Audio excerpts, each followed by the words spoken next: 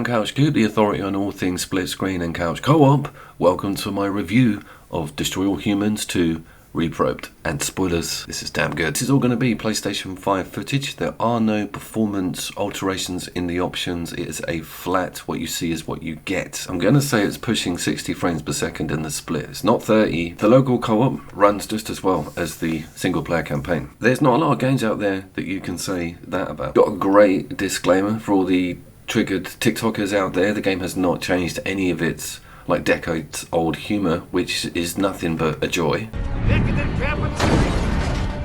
I want to show you the single player very quickly. Don't worry, we are going to go back to split screen. I just want to say that this is not as strong visually as the predecessor remake. So if you're not aware, this was already remade. Destroy All Humans 1 is out on the current gen systems as well. It looks good in areas, but I wasn't blown away initially. But then again, the original does not have a split screen campaign. The game's got a photo mode in it, which is very welcome. It's only 35 quid. Elden Ring doesn't have photo mode and it's a full price game. Can you sort that out? But I have noticed some shimmer. Shimmer was when the frames are duplicated as opposed to a screen tear. I have also noticed some screen tearing as well in the split screen. We'll get to that in a second.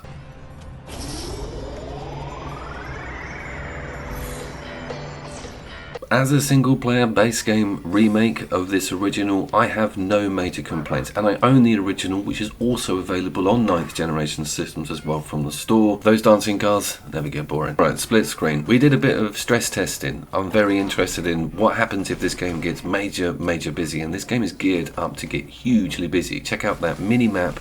And what's going on is my colleague is the alien. I'm undercover as a policeman and just watching the swarm and seeing how much can actually get fed into map. And it's huge. It's so cool getting your powers working. The explosions could have a bit more dissipation, but everything was just very smooth and unjanky. It all felt awesome to be doing it with a split screen.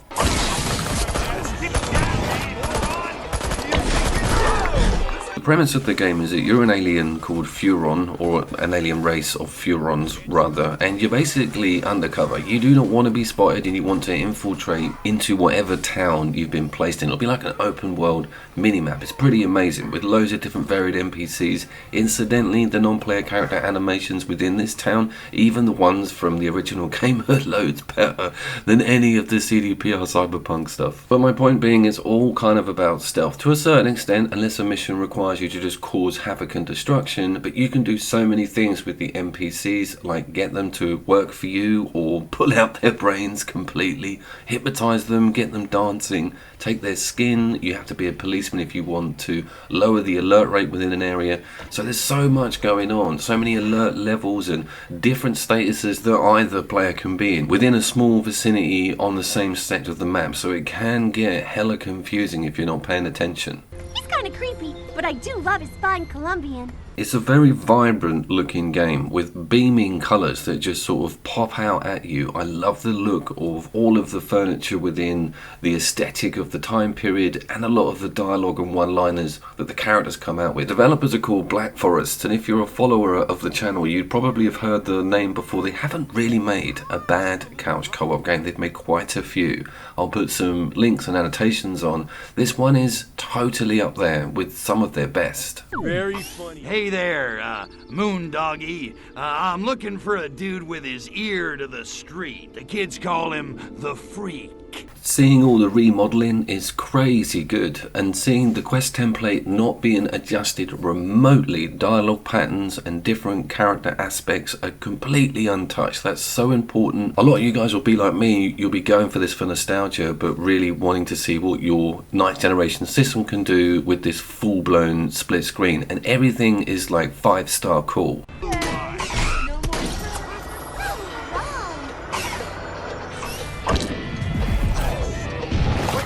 We are also looking at very early levels of the game, and I'm still impressed with the amount of enemy variety that gets pushed to you as the police force. You've got big fat guys with shotguns. At later levels you start getting like agents, special agents who can't be mind controlled or hypnotized, so the tension gets racked up when you've got a foe that your normal powers don't work on. You have to start thinking of out of the box solution. This is another stress test. I want to see explosions. I want to see electricity. Holy crap.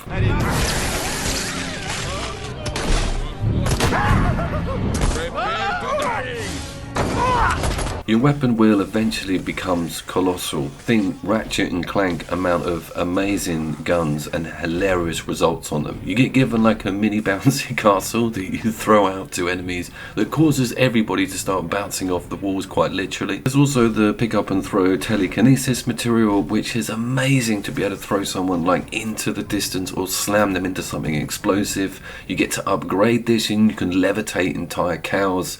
Everything just brings a smile to the face when you start utilizing that huge weapon wheel.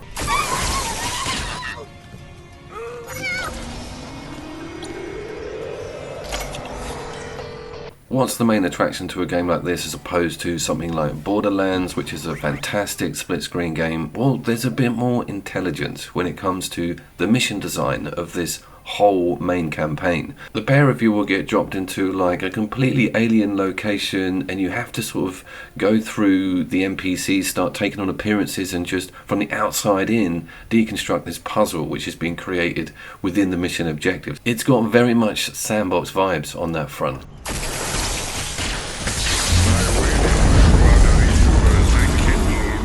Is there anything majorly wrong with the game other than tiny performance issues with screen tear sometimes when things are crazy busy? To see that on a PlayStation 5 was almost nostalgic. I think it would have been Ark, the last game that saw that sort of technical issues on. But if you're not looking for it, you're barely going to see it, and we are not by a long shot done with the amount of content that's offered to you with this remake. It is not just the stellar award-winning campaign. You've got a bunch of other modes in here that really work with local co-op. I know from memory that the game's got some huge set pieces and flying saucer sections. The system handles it, but these are some of the areas where you will see most of the major performance issues. But what we're looking at now, electricity flying everywhere, combustibles, debris, no issues at all, beautiful gameplay. This could all have gone wrong in so many directions. The remake of the base game could have been terrible. The two-player local co-op mode could have been reduced content, not the full campaign, but it was always advertised as that. So Black Forest are kind of legends for letting us know that this was rolling out of the gate as a full-blown split screener. The performance issues could also be so major that they interrupted everything, and that's just not the case. It's a smooth, perfect game, even when things are very busy. It's just if you're a nitpicker like me, you will see some tiny areas of judderiness or screen tear, maybe when everything is going completely balls to the wall. Panning that photo mode is where you feel it the most. There is judderiness on distance, it doesn't feel too natural, but what a great game to give you a full paused, and this exists in the two-player mode. Incidentally, there is no drop in, drop out. So if you start the campaign single player, someone comes in the room and says, "What's this? I want to play," you got to start again. There's a PvP mode that's based on points, a little bit like Burnout's Crash mode, where you're in a locked area of a map and you're just going ham and trying to smash and trash the whole area. It's also a very cool method of looking at all the environments that the game has to offer. It retrospectively holds back any guns that you haven't unlocked in campaign, so you're not going to get spoilers on that front. What a fantastic idea. Very cool to offer this much variety and this much fun in a completely separate mode to the campaign. And get this, there is another mode to come. Just wanted to show you London very quickly. Absolutely awesome. The one-liners are great. The stereotypes are just brilliant. The phone boxes are still there. The buses, Houses of Parliament. Very cool setup and great to visit. Let's get this party started, shall we? All of these levels feature incrementally within the campaign. There's kind of 5 major biomes. Looking at this before finishing the campaign is a little bit cheeky, but it's cool to be able to show you guys, and you might want to hold back on it before finishing that other content. How'd you know? My name was Lucy.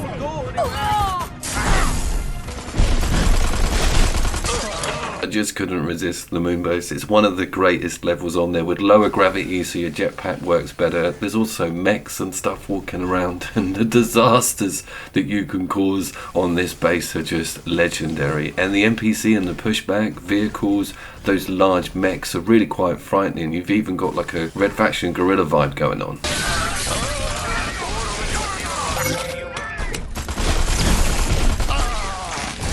So lastly, there's a freaking PvP tennis mode with targets behind you, floating cows. It's quite complicated. You've got to aim and slam and get stuff behind the other opponent. It's not deathless, but it's just something I've yet to get my head completely round. So you've got 3 major modes. I say major, the third one was a bit skimpy, but that campaign and that versus, those first 2 chunks, massive. I'm so happy with this game. It's a 10 out of 10 for me on a couch co-op level. Really cool stuff. THQ and Black Forest, you legends. Thank you. I have been Couch Coop. First you've ever heard of me, get on the sub button. I've got so much more coming out. We're getting to the top of that top 25 couch co-op and split screen list. I will see you down there.